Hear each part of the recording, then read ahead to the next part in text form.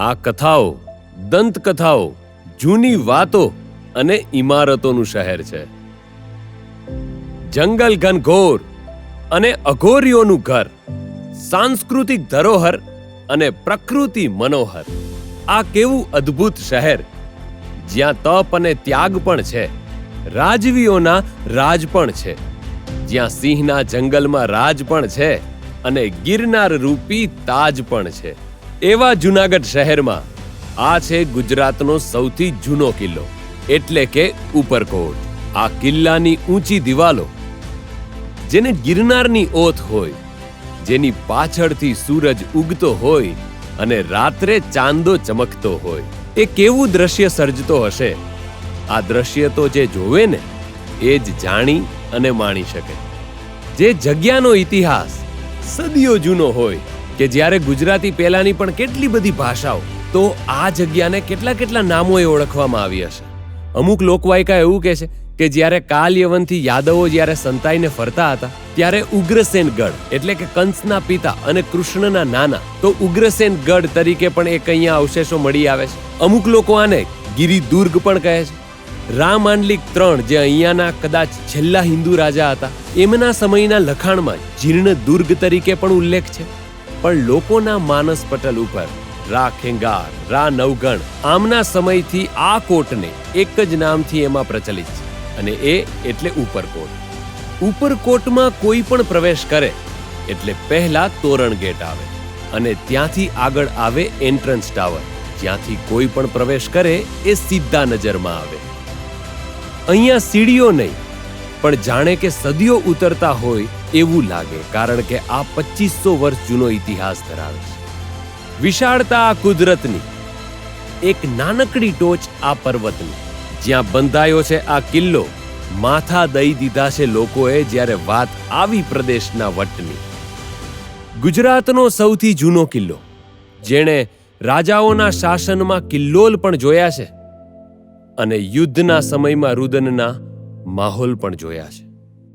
યુદ્ધના સમયમાં અલગ અલગ જગ્યાએ વ્યૂહરચનાની દ્રષ્ટિએ મૂકવામાં આવેલી તોપ દુશ્મનની આ કિલ્લા જીતવાની હોપ ઉપર પાણી નહીં, અગન જ્વાળાઓ ફેરવી દેતી. આ અદ્ભુત જગ્યાએ આમ રાજ કરવાનો રાજવી ઠાઠ કેવો હશે કે આ કિલ્લાઓ ઉપર 16 વાર આક્રમણ થયા છે, છતાંય આ કિલ્લાની મજબૂત દિવાલ ક્યારેય તૂટી નથી. આ દિવાલો બહારના શત્રુઓથી તૂટી નહોતી, પરંતુ અંદરના હિત શત્રુઓને કારણે ઘણીવાર તૂટી છે. ઉપરકોટનો કિલ્લો એટલા બધા લોકોની નજરમાં રહેતો કે તેના પર બધા લોકોની આંખ રહેતી.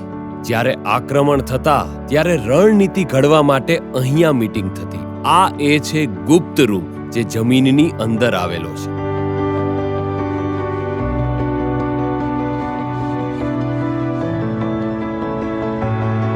જ્યારે જ્યારે આ કિલ્લા પર આક્રમણ થયા, ત્યારે એને બચાવવા માટે ઘણી બધી તોપની જરૂર પડતી.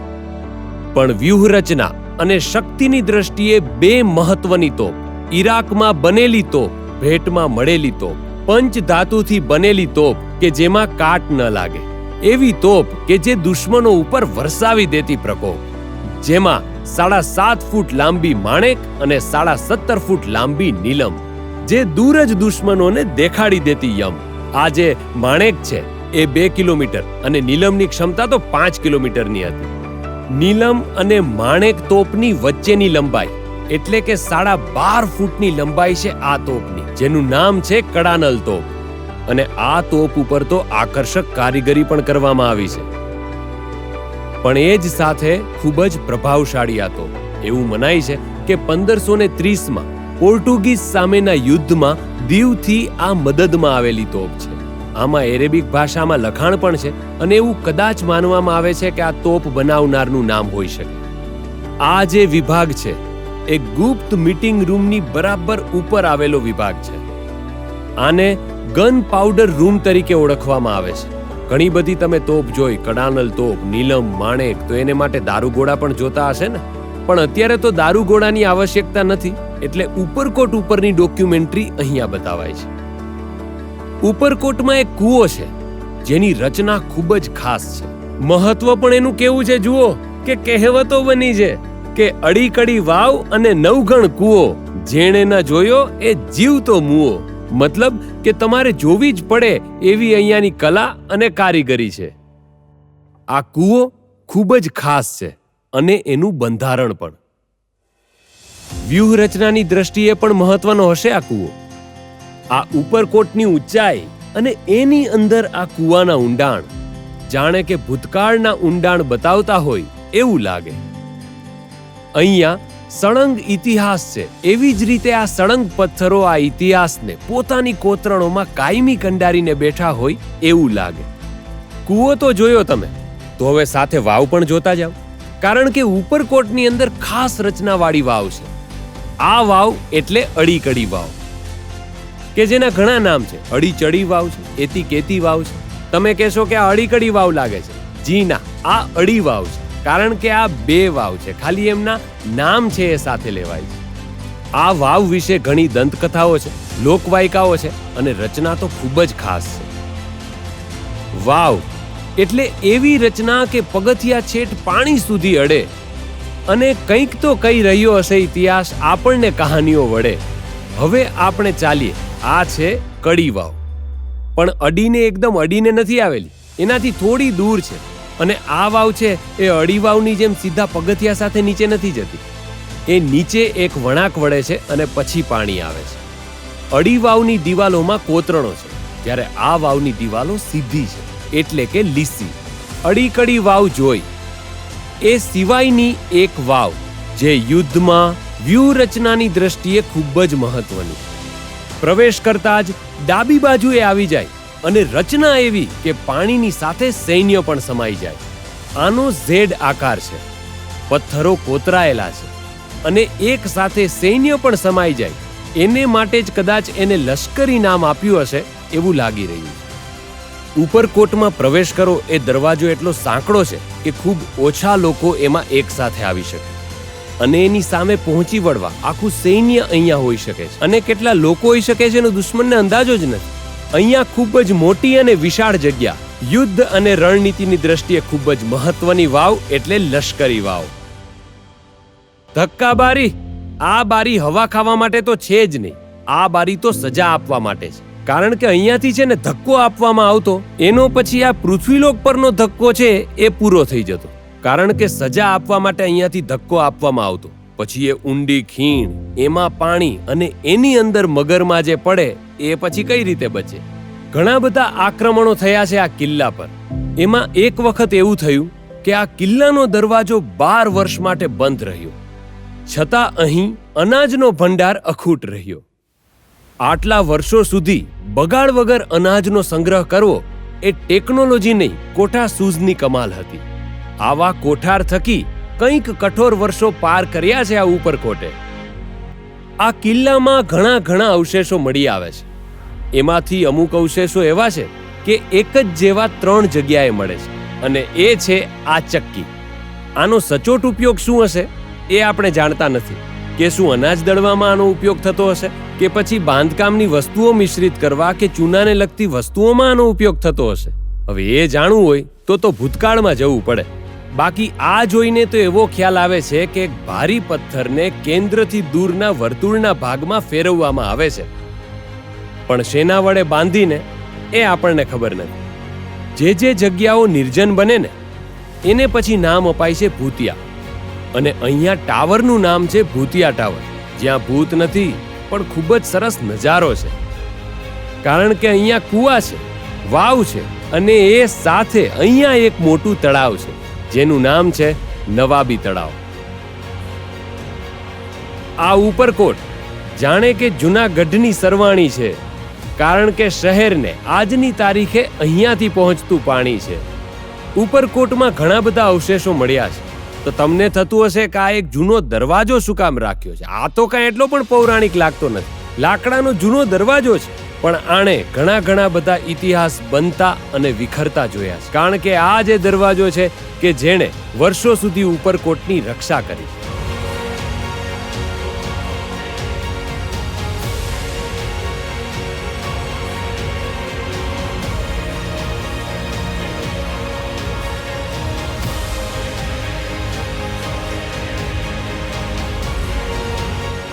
અહીંયા શૂરવીરતા સાથે બલિદાનની વાતો છે કે જ્યારે રા વંશ એટલે કે રાજપૂતોનું વંશ ચાલતું, ત્યારે એ સમયે રાડિયાસનું માથું મગાયું અને પ્રભાસ પાટણનું અહીંયા રાજ થયું.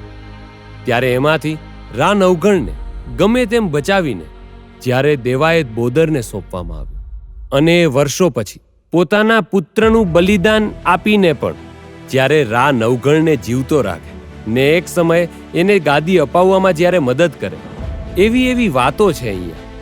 પછી જ્યારે તમે યાદ કરો એ રાણક દેવીનો સમય કે જેણે ભલે એક સમયે સતી થવું પડ્યું, એ બધી વાતો છે અહીંયા. અને એમના સ્મારકો, એમની સ્મૃતિઓ હજી પણ છે. રા નવઘણ કૂવો છે એ તો આપણે જોયું. રા ખેંગારે કદાચ બનાવ્યો હોય કે કદાચ રા નવઘણે બનાવ્યો, પણ જ્યારે રા ખેંગાર પર જ્યારે આક્રમણ થયું, રાણક દેવીએ જ્યારે સતી થવું પડ્યું, એ પહેલા જ્યારે અહીંયા યુદ્ધ થયું, તો એ રાણક દેવી મહેલ કેવો જાજરમાન હશે. ત્યારે રાજા રા ખેંગાર અને રાણી રાણક દેવી એમના સતથી ગિરનારે ઊંચાઈ ગુમાવી કેવી.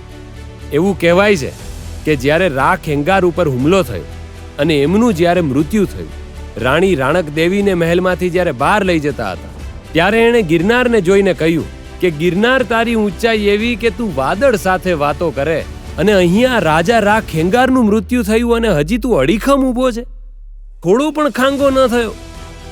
ત્યારે એમ કહેવાય છે કે ગિરનારે દડ દડ દડ કરતી સપાટી ગુમાવી અને પછી રાણક દેવી એને થંભી જવાનું કહે છે. અને એ જ્યાં થંભાવે છે એ રાણક દેવી શિલા તરીકે ઓળખાતો પથ્થર આજે પણ ત્યાં મોજૂદ છે. તો આવો જોઈએ રાણક દેવી મહેલ. આ રાણક દેવી મહેલ છે. આ જોતા જ ખ્યાલ આવે કે અહીંયા સભાઓ ભરાતી હશે, દરબાર ભરાતો હશે. આ મહેલ 80 કરતા વધુ પિલર ઉપર ઊભો છે. અને આજે ઉપરકોટની અંદર જેટલી પણ પુરાતત્વવિદોને વસ્તુઓ મળી છે, એવી પૌરાણિક વસ્તુઓ અહીંયા રાખેલી છે જે વિઝિટર્સ જોઈ શકે છે.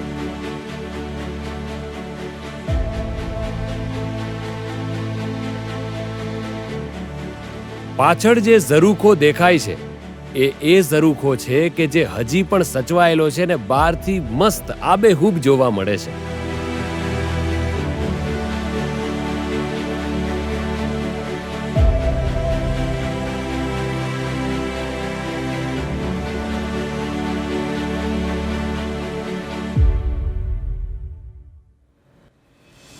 ઉપરકોટની આ દિવાલ 3 કિલોમીટર લાંબી છે અને અહીંયાથી આખું શહેર દેખાય છે, કારણ કે ઉપરકોટ જુનાગઢથી 150 ફૂટ ઉપર આવેલો છે. જુનાગઢ જેનું ઐતિહાસિક અને પૌરાણિક બંને મહત્વ છે, કારણ કે આ કેવું શહેર કે જ્યાં ગુજરાતનો સૌથી ઊંચો પર્વત એટલે કે ગિરનાર, જ્યાં ગુજરાતનો સૌથી જૂનો પર્વત એટલે કે ગિરનાર, જ્યાં જૈનો માટે ખૂબ જ પવિત્ર નેમિનાથનું મંદિર છે, જ્યાં ગુરુ દત્તાત્રેયના પગલા છે, જ્યાં ભવનાથ એટલે કે આપણા મહાદેવ બિરાજે છે, જ્યાં મુસલમાનોનું છેલ્લા 200 વર્ષ સુધી રાજ રહ્યું છે, દાતારની ટેકરી છે, અહીંયા દામોદર કુંડ છે અને આપણા ભક્ત કવિ નરસિંહ મહેતા છે. આ જુનાગઢ શહેર છે જેની વાતો, ઇમારતો, અહીંયાના સિંહ અને અહીંયાની સંસ્કૃતિ બધું જ જાણે કે મહાન છે. એટલે એવું તો ચોક્કસપણે કહી શકાય કે તમે જ્યારે ઉપરકોટ ફરવા આવો છો ત્યારે ફરવા નહીં, તમે ઇતિહાસ જીવવા માટે આવો છો. કારણ કે જેવા તમે જુનાગઢમાં આવો અને ઉપરકોટની અંદર પ્રવેશ કરો ત્યારે આ કિલ્લો જાણે કે 2500 વર્ષનો ઇતિહાસ પળવારમાં તમારી સામે મોકલી દેશે. આ ફરવાની સાથે જાણવાની, માણવાની અને જીવવાની જગ્યા છે. કહ્યું ને કે ઉપરકોટની દિવાલોનો ઘેરાવો 3 કિલોમીટર લાંબો છે. એટલે ઘણી વાર અહીંયા ફરવામાં થાય કે કેટલું ચાલશું. ભલે ચાલવાની તો મજા છે જ, પણ જો કોઈ ચાલી ન શકે અથવા કોઈને સુવિધા જોતી હોય તો ઈ કાર્ટની સુવિધા ઉપલબ્ધ છે ખરી. ઉપરકોટમાં ઈ કાર્ટ તો છે જ, એ તમે જોયું, પણ ફિટનેસને પણ અહીંયા પ્રોત્સાહન અપાય છે. સવારના પોરમાં સાયકલ ટ્રેકમાં તમે સાયકલિંગ કરી શકો છો. અને આ ઉપરકોટ આખું તમારે સાયકલથી ફરવું હોય તો એવી પણ વ્યવસ્થા છે કે અહીંયા જ એક બૂથ છે જ્યાંથી તમે સાયકલ લઈ આખું ઉપરકોટ ઘૂમી શકો છો. જોયું ને મિત્રો, કેટલી વસ્તુઓ સંઘરીને બેઠો છે ઉપરકોટ. કેટલો સાંસ્કૃતિક વારસો સાચવીને બેઠો છે ઉપરકોટ. આ બધી વસ્તુઓ આપણે આપણા સ્મૃતિ પટલ પરથી અદ્રશ્ય ન થવા દઈએ. અહીંયા આવો, જોવો, જાણો અને માણો. આવો જુનાગઢ, જીવો જુનાગઢ.